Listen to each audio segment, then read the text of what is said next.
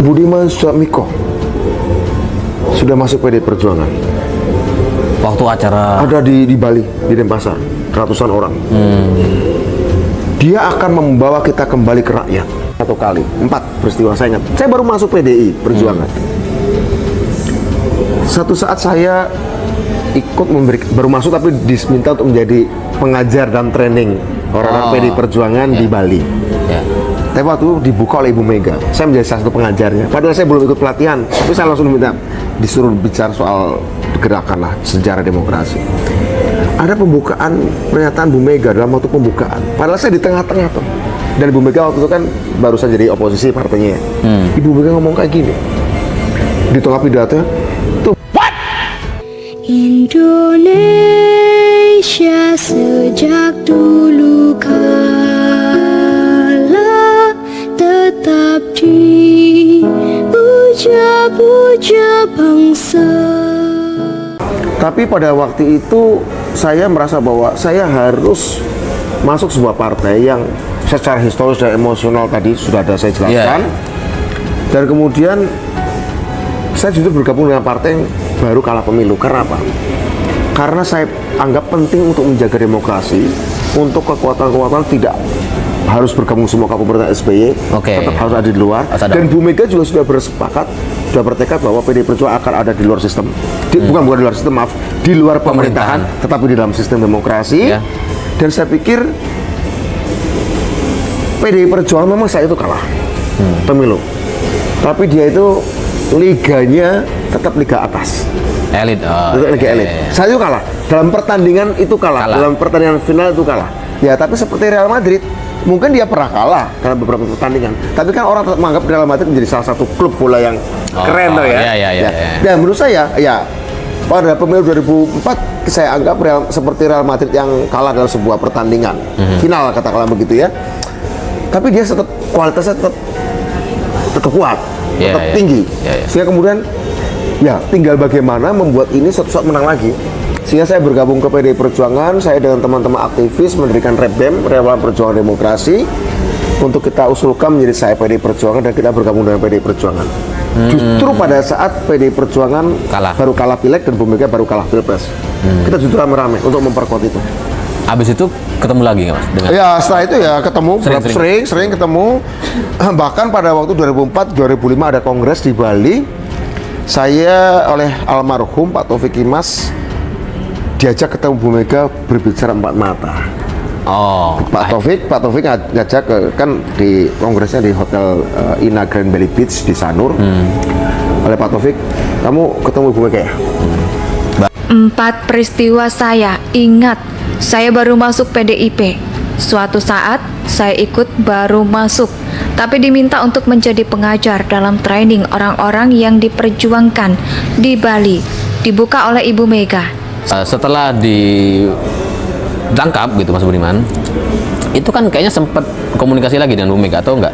Bukan ditangkap, saat kami dalam pelarian. Saat dalam pelarian. Sebelum ditangkap. Antara 27 Juli sampai 11 Agustus kan kita nyebar nih, lari, ada yang lari ke desa, ada yang lari ke mana-mana. Karena kita dikejar semua di jaringan kami di seluruh Indonesia. Dan satu saat kita dengan lewat kurir kami, surat. Nah, saya menitipkan surat. Kan Bu Mega kan direpresi, orang-orang PDI yang pro Mega direpresi, ditangkepin sehingga mudah kegiatan. Tapi saya melihat bahwa itu adalah momentum perlawanan. Bahwa setelah perlawanan tanggal 27 Juli ini pasti akan lahir perlawanan-perlawanan lain untuk demokrasi yang berpuncak pada gerakan mahasiswa tahun 98, jatuh Orde Baru. Nah, antara 96-98 ini saya ada banyak perlawanan itu. Nah, saat kami sedang lari itu saya sempat menitipkan surat kepada Bu Mega. Pada Bu Mega untuk saya titipkan lewat Pak Sabam Sirait almarhum. Bukan Pak Sabam ya, saya bilang, Bung, tolong titipkan lewat Pak Sabam Sirait, tolong sampaikan ke Bu Mega. Inti suratnya sebenarnya adalah menyemangati Bu Mega. Kira-kira Orde Baru pasti tidak akan berani menyentuh Bu Mega. Saya menjadi salah satu pengajarnya. Padahal saya belum ikut pelatihan, tapi saya langsung minta disuruh bicara soal gerakan, sejarah demokrasi. Ada pembukaan pernyataan Bu Mega. Dalam waktu pembukaan, Padahal saya di tengah-tengah dari berbagai waktu itu kan barusan jadi oposisi. Kayak antarkan ke depan pintu, kamu ngobrol Pak mata dengan ibu. Bahas apa tuh? Bahas waktu itu. Menarik Ibu Mega. Atau nggak boleh gitu kan? Enggak, Bu Mega menarik bicara begini. Saya ceritakan aja ya, Iya. udah lama. Gimana? Wah, ini nih revolusioner. Gitu. Terima kasih Bu. Gitu Ingat kan, soal dalam- cerita waktu itu. Iya. Tapi kan saya revolusinya untuk melawan otoritarisme. Jadi kita memang harus ke demokrasi. Ya saya terinspirasi oleh Bung Karno Bu. Bung Karno kan guru politik saya Iya, iya. bilang gitu. Dan saya senang saya bisa bergabung dengan partai Bung Karno yang kebetulan dipimpin oleh putri beliau. Menarik sekali ketika beliau mengatakan, Bud, PD Perjuangan adalah partai orang kebanyakan. Banyak pendukungnya di desa-desa, banyak pendukungnya orang-orang miskin di kota-kota. Cara berpikir mereka kebanyakan ya tidak terlalu canggih, biasa. Pikir rakyat biasa. Tapi mereka tuh punya energi yang bisa membuat perubahan luar biasa di Indonesia. Oh, saya sepakat Bu. Karena kebetulan keluarga saya juga PDI dan mbah-mbah saya dulu juga PNI. Saya tahu tentang Marahain, dan memang orang-orang Marahain ya orang yang berpikirnya biasa, tapi ketika sudah bersikap bisa melakukan perubahan-perubahan luar biasa untuk negeri ini Bu. Karena itu saya masuk Jadi ke itu PDI. awal Itu ngobrol, Betul. ya ngobrol. Saya tidak melihat beliau sebagai ketua umum, tapi ya seperti kakak atau adik, ibu atau anak, senior dengan junior, sebagai orang yang sebagai orang yang pernah merasa dididik oleh Bung Karno. Kalau tentu beliau dididik oleh Bung Karno langsung ya, ya. Oh. sebagai ayahnya. Ya. Saya merasa sebagai murid Bung Karno dididik oleh bacaan-bacaan dan tulisan-tulisan beliau. Jadi saya anggap pertemuan itu adalah pertemuan antara dua murid Bung Karno. Saya merasa itu ya, nggak tahu Ibu Mega ya. Saya merasa karena kami banyak bicara tentang Bung Karno, bicara tentang perubahan, bicara tentang nasionalisme, bicara tentang demokrasi, bicara tentang kehidupan rakyat. Jadi saya menganggap pertemuan itu pertemuan antara dua murid Bung Karno. Satu murid langsung, sekaligus anaknya. Saya murid tidak langsung, hanya lewat bacaan. Ideologis saja. gitu Ya, kira-kira itulah sebenarnya. Ditolak pidato. Budiman waktu acara ada di Bali Denpasar, ratusan orang dia akan membawa kita kembali ke rakyat. Setelah ditangkap gitu, Mas Budiman itu kan kayaknya sempat komunikasi lagi dengan Rumit. Atau enggak, bukan ditangkap. Saat kami dalam pelarian, saat ada 27 Juli. Kalau kami pasti akan tertangkap. Iya. Kami pasti dikejar-kejar, nggak mungkin muncul. Cepat atau lambat kami akan tertangkap. Ya. Nah, sementara Ibu Mega dengan kekuatannya masih ada di luar, masih memungkinkan untuk melanjutkan perlawanan ini supaya tidak berhenti. Ya.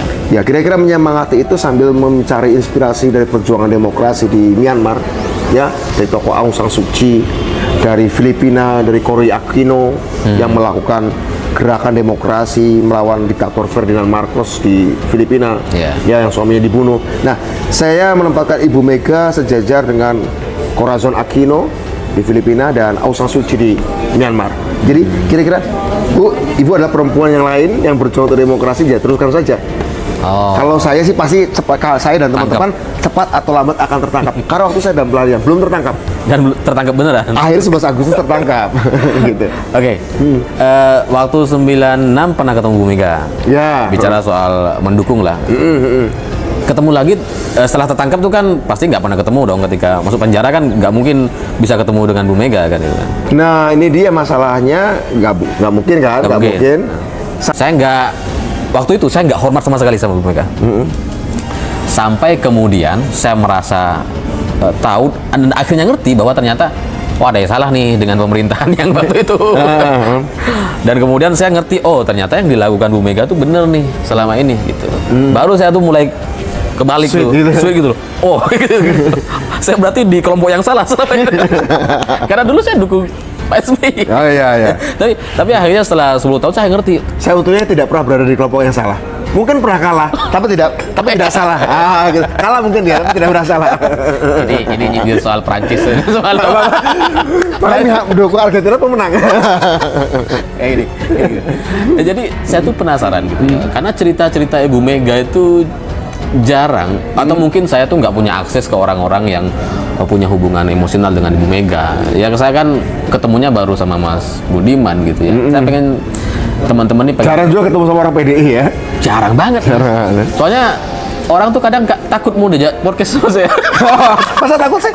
Sampai kemudian saya bertemu Ibu Mega setelah demokratisasi, tapi itu pun tidak langsung. Saya kemudian sempat kuliah ke Inggris 2 tahun. Oh iya iya. Sempat kuliah ke Inggris. Iya, iya. Saya kemudian nggak lagi di PRD, 2001 saya nggak di PRD, saya kemudian nggak berpartai. Ya. Saya sempat kuliah di Inggris 2 tahun. Bu Mega waktu jadi presiden. Saya waktu Bu Mega jadi presiden, saya malah di Inggris. Oh. Jadi selama Ibu Mega menjadi presiden, saya malah di Inggris. Oh iya, iya. Ya, pulang pemilu 2004. Oh, oke. Bu Mega kan, saya langsung pulang langsung dukung Bu Mega dan Ya. saya masuk PDI. Oh, PDI Perjuangan. Waktu itu ya. Ya, saya kan kemudian kalah waktu itu ya. Ya. Pilpres dan Pileg PDI kalah. Book belum ada. Nah, Facebook belum ada. Ya. Friendster ada tapi kemudian setelah itu kan hilang. Iya ya, Ya. ada presiden. Nah, ada beberapa peristiwa dari Bu Mega yang itu sudah disaksi oleh puluhan, ratusan, dan ribuan orang. Tapi karena belum ada medsos, ya tidak menjadi viral ya. Oh, ya apa itu? Tapi menurut saya itu personal banget dan saya tidak menyangka dan saya nggak siap. Ketika di Bali 2 kali, di Jakarta 1 kali, dan di Majalengka 1 kali, 4 peristiwa saya ingat. Saya baru masuk PDI Perjuangan. Satu saat saya ikut baru masuk tapi diminta untuk menjadi pengajar dan training orang-orang PDI Perjuangan di Bali. Ya. Tapi waktu itu dibuka oleh Ibu Mega, saya menjadi salah satu pengajarnya. Padahal saya belum ikut pelatihan, tapi saya langsung disuruh bicara soal gerakan lah, sejarah demokrasi. Ada pembukaan pernyataan Bu Mega dalam waktu pembukaan. Padahal saya di tengah-tengah tuh. Dan Bu Mega waktu itu kan baru saja jadi oposisi partainya. Ibu Mega ngomong kayak gini. Di tengah pidatonya, tuh Budiman Sujatmiko sudah masuk PDI Perjuangan. Waktu acara Ada di Bali, di Denpasar, ratusan orang. Dia akan membawa kita kembali ke rakyat. Nggak bicara jabatan, tidak bicara apapun, kita bicara sejarah. Apa yang kita alami sama-sama beberapa tahun yang lalu, peristiwa 927 Juli, Kuda Tuli. Oh, jadi Bu Mega tahu tuh Mas Budiman yang Ya tahu, sangat tahu, sangat tahu. yang melawan yang Oh iya sangat tahu, sangat tahu dan beliau mengapresiasi itu. Ya begitulah, nggak ada hubungan, nggak ngomong partai, nggak ngomong apa. Dan Pak Taufik, silakan kamu ku antar ke pintu. Aku nggak ikut ngobrol apapun. Ya kira-kira gitu. Dan Bu Mega bicara ya evolusi PDI Perjuangan, gerakan rakyat, kemudian perubahan Indonesia itu harus dilakukan secara sistematik, itu intinya. Oh, Jangan jadi gerusa-gerusu, secara sistematik dan harus punya kesabaran oh iya iya. revolusioner. Oh, itu yang sering dibilang Bu Mega. Itu disitulah saya pertama kali Bu Mega mengatakan itu, 4 mata di kamar ngobrol. Jadi gini Mas, dalam kesimpulan saya, Mas Budiman itu punya hubungan yang secara personal sudah masuk nih hubungan dengan Bu Mega. Kalau awal kan masih fan dengan fans. idola, gitu kan. Iya. Masih ngefans sama idola nih. Tapi bukan berarti sering ya, bukan berarti sering ketemu ya. Oh. Tapi setiap pertemuan ya seperti itu. Oh ya, ini gini Mas. Selalu berbicara hal yang kualitatif. Oh ya, jadi gini, seperti yang saya bilang di awal, ketemu Bu Mega tuh susah. Sangat susah gitu. Jadi ketika Mas Budiman punya akses atau punya keistimewaan untuk ketemu langsung dengan Ibu Mega itu luar biasa gitu. Dan saya akan masuk ke pertanyaan selanjutnya terkait apa sebenarnya, mungkin ada nggak cerita yang pernah dilakukan sama Bu Mega gitu ya. Dan ini luar biasa dan orang tuh mungkin banyak anak muda kayak saya nggak tahu. Karena saya kalau ngelihat Ibu Mega terus terang ya, dulu ini mau saya cerita jujur ya. Iya. Dalam bayangan saya, Ibu Mega ketika tahun 2004, ketika saya tahu soal, bukan tahu politik, melihat kontestasi Pilpres itu, ya, dan kemudian Ibu Mega kalah, yang menang adalah SBY, yang karena ganteng dan sebagainya, saya melihat Ibu Mega ya orang yang sudah kalah, gitu. Orang yang ibu-ibu ikut kontestasi, kalah, udah. Ada yang lari ke desa, ada yang lari kemana-mana. Suatu saat kita dengan lewat, saya menitipkan suratkan ke Bu Mega. Kan direfleksi orang-orang PDI yang pro Mega direpresi, ditangkapin. Sehingga mudah kegiatan, tapi saya melihat bahwa itu adalah momentum perlawanan ya. Bilang, itu Budiman sudah masuk PDI Perjuangan. Kita akan optimis.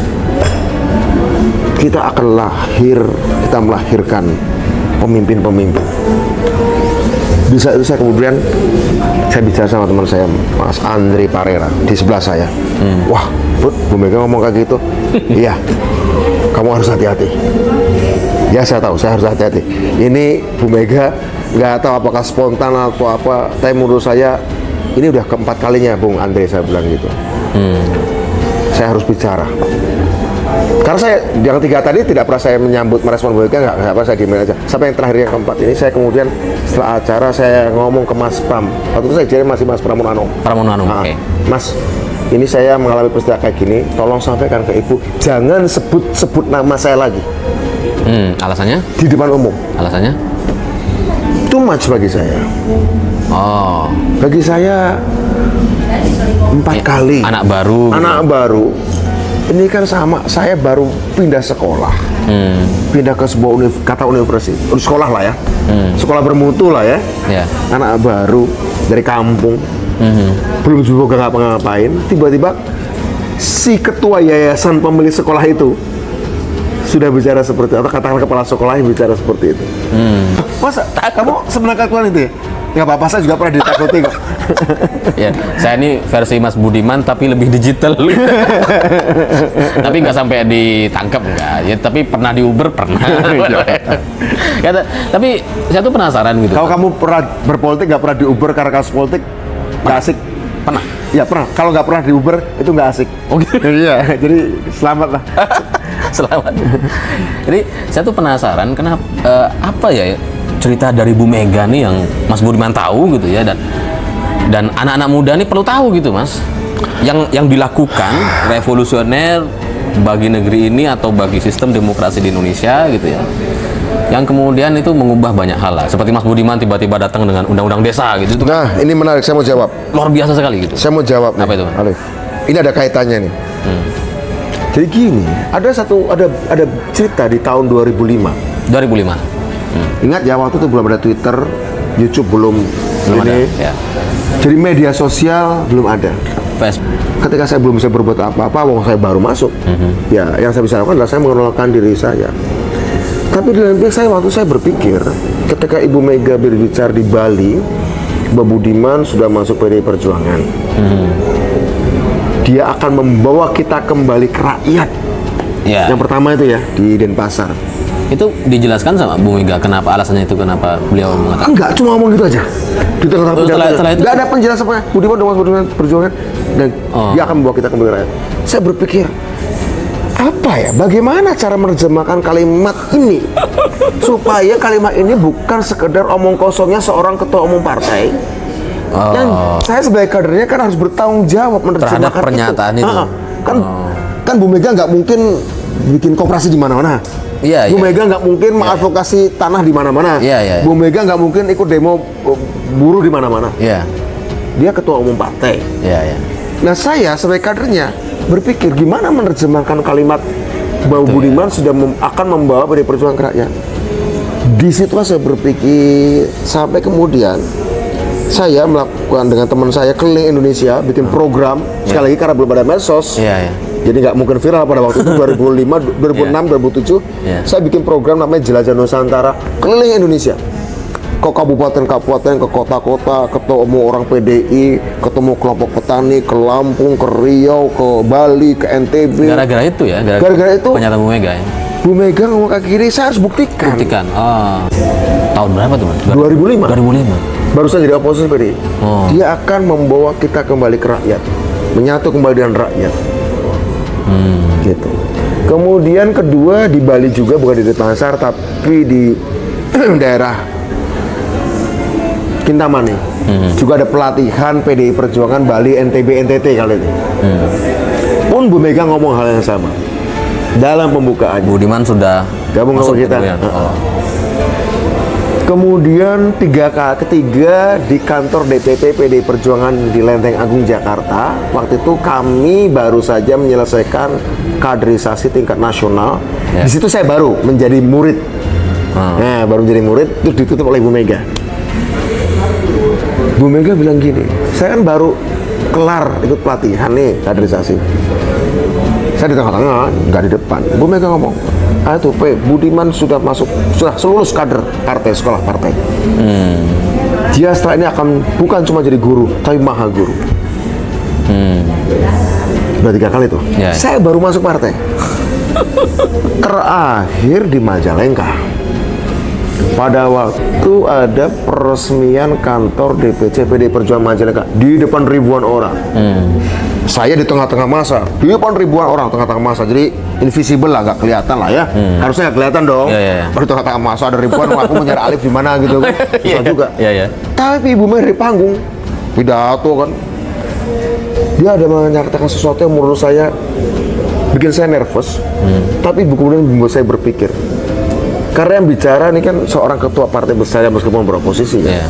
Bahwa setelah perlawanan tanggal 27 Juli ini, pasti akan lahir perlawanan-perlawanan lain untuk demokrasi yang berpuncak pergerakan mahasiswa atau 98. Saya kembali rakyat.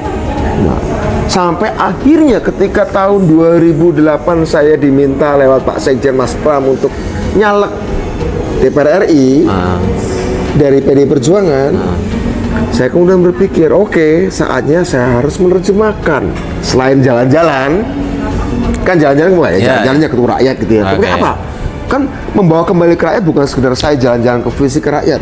Tapi setelah jalan-jalan fisik ke rakyat, ada sesuatu yang memang saya bawa untuk saya perjuangkan. Ketika 2008, jadi 3 tahun setelah pernyataan Bu Mega tadi, 4 kali itu, 3 tahun, tahun depannya saya terjemahkan, saya keliling Indonesia ke desa-desa. Di tahun 2008, saya memutuskan, karena saya dikasih kesempatan oleh partai untuk jalan, saya harus bawa suatu gagasan, satu produk untuk mempertanggungjawabkan dan menerjemahkan kalimat Bu Mega yang saya dengar tahun 2005 itu. Karena saya merasa, kalau pembicaraan dia ngomong kosong, salah saya sebagian, saya ikut malu. Saya harus menerjemahkan. Nah, disitulah gagasan undang-undang desa muda. Undang-undang desa itu. Saya harus, itu kan nggak asik. Sampai kemudian akhirnya saya menanggapi di Kompas. Kemudian dimuat di rubrik nama dan peristiwa di harian Kompas. Saya bilang gini, saya memang sesuatu barangkali selama ini. Saya dianggap sebagai salah satu aktivis pro demokrasi yang ikut mendorong demokratisasi. Tapi sekarang saya masuk partai besar, PD Perjuangan. Saya harus mengenalkan diri saya. Mulai dari awal. Saya harus mengenalkan diri saya. Bukan seorang aktivis ya, bukan. Saya harus mengenalkan diri saya. Karena bagaimanapun juga institusi partai lebih besar dari diri saya. Saya katakan itu dan dimuat di rubrik nama dan peristiwa di Kompas. Dimuat dan kemudian kalau kemudian saya akan main ketemu Pak Taufik Kemas, ada Bu Mega. Tiba-tiba Pak Taufik bangun dari tempat duduk beberapa hari setelah pernyataan saya dimuat di Kompas. Kamu ngomong mengenalkan diri, Bud? Iya, Pak.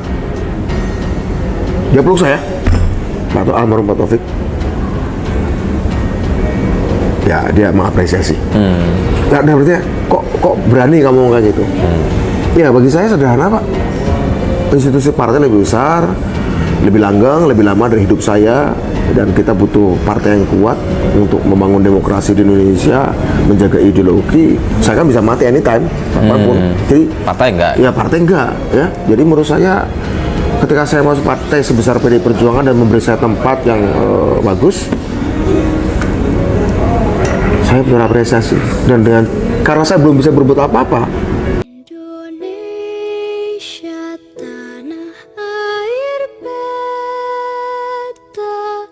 pusaka abadi nan jaya.